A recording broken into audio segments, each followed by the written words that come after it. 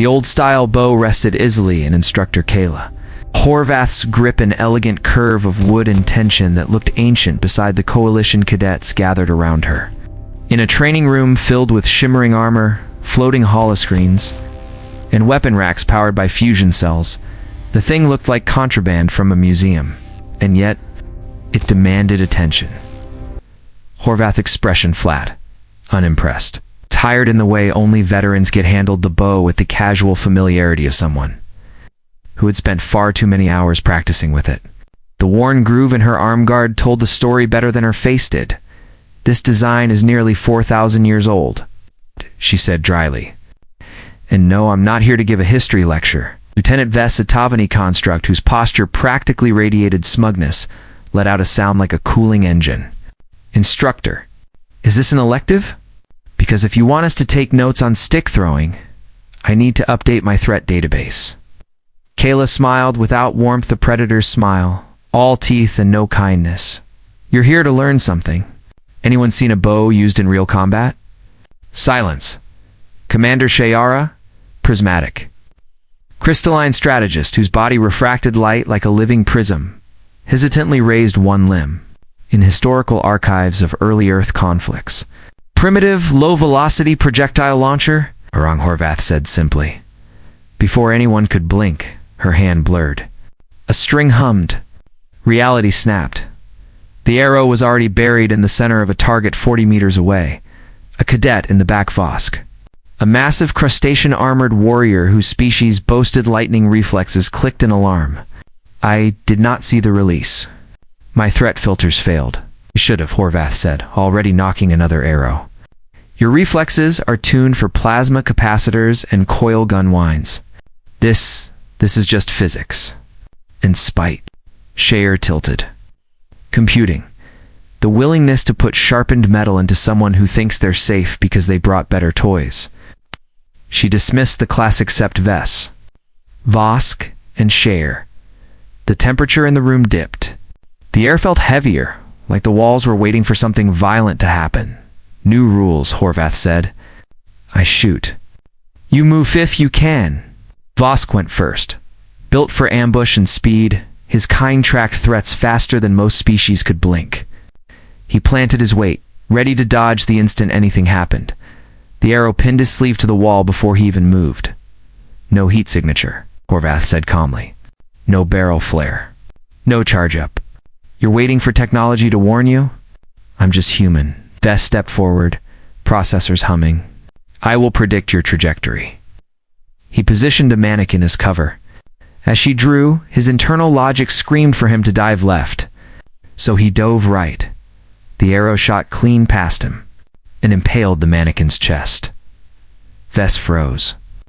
I evaded according to opposite vector threat analysis.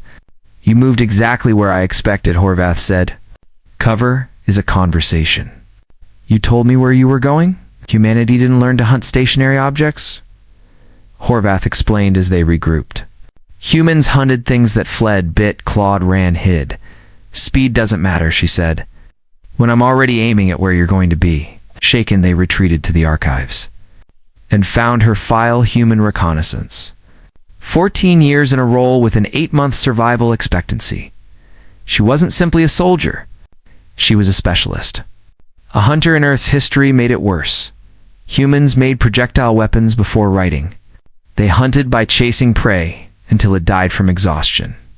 Entire cultures were built on stalking, tracking, following, waiting. Predators of predators.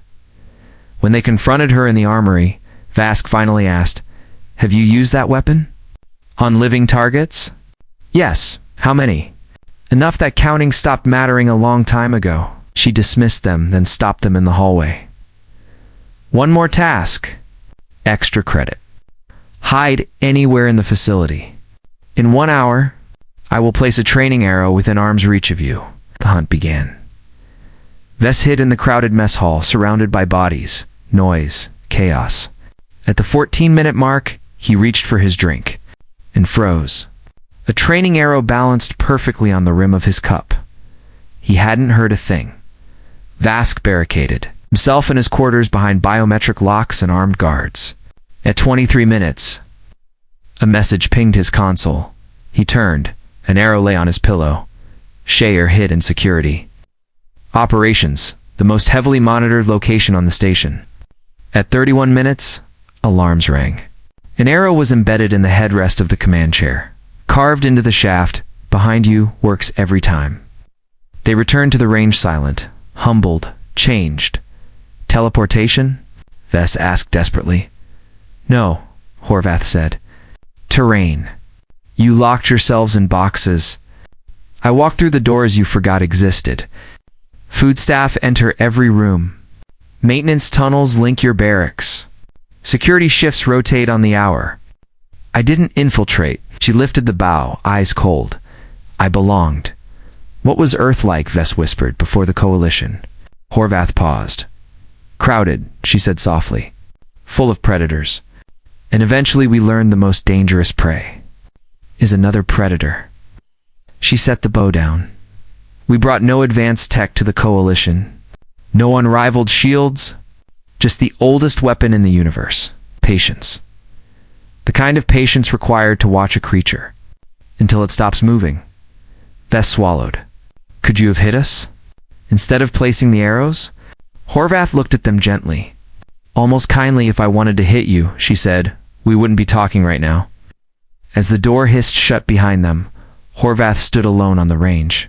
She drew the bowstring slowly, listening to the soft hum of tension.